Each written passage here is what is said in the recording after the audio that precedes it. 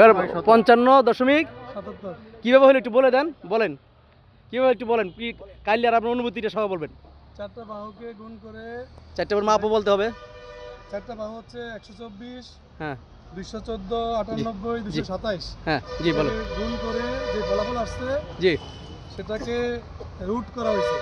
Root করার পরে যে বর্গফুট আসছে সেটাকে 435.6 দিয়ে 60 দিয়ে ভাগ করা হয়েছে।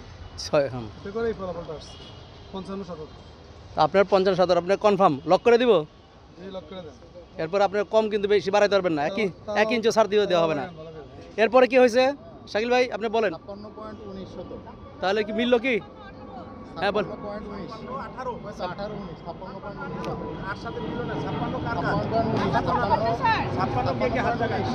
56 কে হাত তোলেন।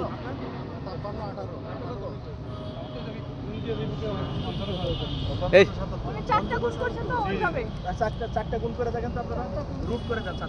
56 কার হয়েছে তার 55-77 এই যে হ্যাঁ রুটে 55-77 আসতেছে।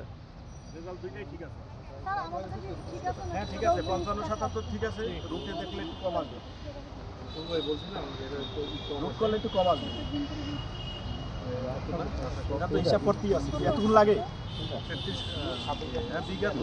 আরো আরো আরো দেশটা সব আরো স্পিড হবে ভূমিকম্পের মতো।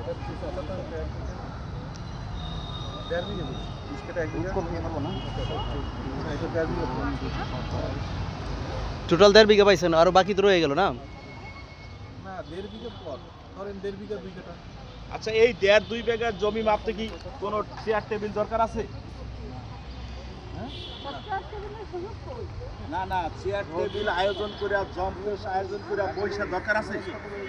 দরকার নাই। আপনি যদি এত বড় একটা জমি মাপেন তাহলে যে ক্লায়েন্টের চা খাওয়ার দরকার আছে? তাহলে আমরা এমন লোক দাঁড়াইয়া হিসাব করি।